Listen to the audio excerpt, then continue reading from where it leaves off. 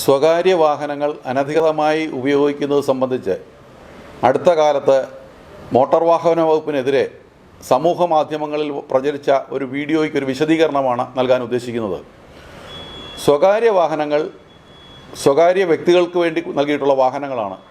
അവ മറ്റൊരാൾക്ക് പ്രതിഫലത്തിനോ വാടകയ്ക്കോ നൽകുകയാണെങ്കിൽ നിയമപരമായി ആ വാഹനത്തിന് ഇൻഷുറൻസ് പരിരക്ഷ ലഭിക്കുകയില്ല. മാത്രമല്ല, മോട്ടോർ വാഹന വകുപ്പ് സെക്ഷൻ 66 വയലേഷനും 56 വയലേഷനുമാണ്. 66 എന്ന് പറഞ്ഞു കഴിഞ്ഞാൽ ഒരു വാഹനം മറ്റൊരാൾ വാടകയ്ക്കോ പ്രതിഫലത്തിനോ ഉപയോഗിക്കുമ്പോൾ അതിന് പെർമിറ്റ് ഉണ്ടായിരിക്കണം. അതുപോലെ 56 അനുസരിച്ച് ഇപ്രകാരമുള്ള ട്രാൻസ്പോർട്ട് വാഹനമായി ഉപയോഗിക്കുമ്പോൾ അതിന് ഫിറ്റ്നസ് സർട്ടിഫിക്കറ്റ് ഉണ്ടായിരിക്കണം.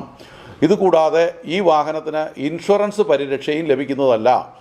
കൂടാതെ 192 സെക്ഷൻ 192A പ്രകാരം ഈ ഒരു സ്വകാര്യ വാഹനം വാടകയ്ക്കോ പ്രതിഫലത്തിനോ ഉപയോഗിക്കുന്നതായി തെളിഞ്ഞു കഴിഞ്ഞാൽ ആ വാഹനത്തിനെതിരെ പെർമിറ്റ് ഇല്ലാത്തതിനും ഫിറ്റ്നസ് ഇല്ലാത്തതിനും കൂടാതെ ഇപ്രകാരം വാഹനങ്ങൾ ദുരുപയോഗം ചെയ്യുന്നതായി തെളിഞ്ഞു കഴിഞ്ഞാൽ മോട്ടോർ വാഹന വകുപ്പ് സെക്ഷൻ 53 അനുസരിച്ച് വാഹനത്തിൻ്റെ രജിസ്ട്രേഷൻ റദ്ദാക്കാനും വകുപ്പുണ്ട്.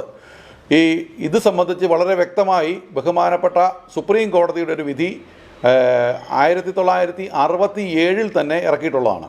ഇതിലെ പ്രധാന ഒരു ഉദ്ദേശമെന്ന് പറഞ്ഞു കഴിഞ്ഞാൽ സ്വകാര്യ വാഹനങ്ങൾ സ്വകാര്യ വ്യക്തികൾക്ക് മാത്രവും ടാക്സി പ്രസ്ഥാനം എന്ന് പറഞ്ഞു കഴിഞ്ഞാൽ ഒരു ഉടമയും ഒരു ഡ്രൈവറും അതുകൊണ്ട് ജീവിക്കുന്നവരുമാണ്.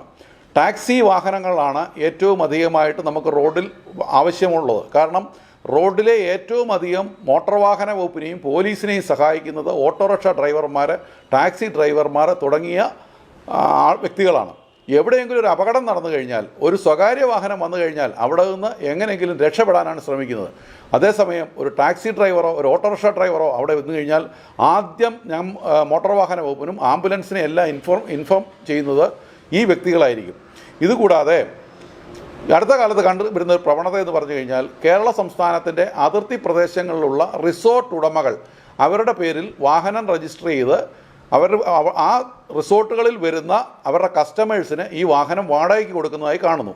ഇതിൻ്റെ പ്രധാന ഉദ്ദേശം എന്ന് പറഞ്ഞു കഴിഞ്ഞാൽ അതിർത്തി പ്രദേശത്തുള്ള റിസോർട്ടാകുമ്പോൾ മറ്റ് അന്യ സംസ്ഥാനത്തേക്ക് പോകുവാൻ ഈ സ്വകാര്യ വാഹനങ്ങളെ പരിശോധന കുറവായിരിക്കും. തന്മൂലം ഇവർക്ക് ഫിറ്റ്നസ്സോ പെർമിറ്റോ ആവശ്യമില്ലാതെ വരുന്നു.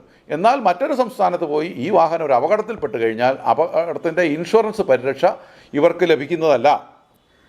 കൂടാതെ റെൻ്റ് കാർ എന്ന് ഇത് കാണുന്നുണ്ട്. അടുത്ത കാലത്ത് പത്രങ്ങളിൽ വരെ പരസ്യം കൊണ്ട് റെൻ്റ് കാർ എന്ന വാക്ക് തന്നെ നിയമവിരുദ്ധമാണ്. റെൻ്റ് ക്യാബാണ്. ക്യാബ് എന്ന് പറഞ്ഞാൽ ടാക്സിയാണ്.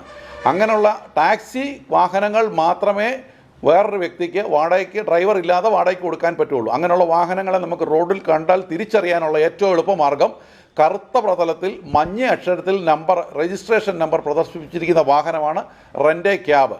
അപ്പോൾ ഏത് വിധേനയും ഈ സ്വകാര്യ വാഹനങ്ങൾ അനധികൃതമായി വാടകയ്ക്ക് കൊടുക്കുന്ന പ്രവണത ഒഴിവാക്കാൻ വേണ്ടിയാണ് മോട്ടോർ വാഹന വകുപ്പ് ഈ ടാക്സി ഓട്ടോറിക്ഷ തൊഴിലാളികളുമായി സഹകരിച്ചുകൊണ്ട്, അല്ലെങ്കിൽ അവർ തരുന്ന ഇൻഫർമേഷൻ, ഏറ്റവും നല്ല ഇൻഫോമേഴ്സ് അവരാണ്.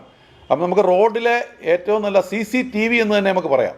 അവർ നൽകുന്ന ഇൻഫർമേഷൻ അനുസരിച്ച് നമ്മൾ വാഹനങ്ങൾ പരിശോധിക്കുകയും അങ്ങനെ നടന്ന ഒരു പരിശോധനയാണ് നമ്മൾ അടുത്ത കാലത്ത് വീഡിയോയിൽ കണ്ടത്. ഇപ്രകാരമുള്ള സാഹചര്യത്തിൽ സ്വന്തം വാഹനമില്ലാത്തവർ നിയമപ്രകാരം ഉള്ള ടാക്സി കാർ, റെൻ്റ് ക്യാബ് എന്നിവ ഉപയോഗിക്കുക, മോട്ടോർ വാഹന നിയമങ്ങൾ പാലിക്കുക, തെറ്റായ പ്രചരണങ്ങൾ നടത്താതിരിക്കുക. ഇതായിരിക്കും ജനങ്ങളുടെയും വാഹനം ഉപയോഗിക്കുന്നവരുടെയും സുരക്ഷയ്ക്ക് ഏറ്റവും അഭികാമ്യം.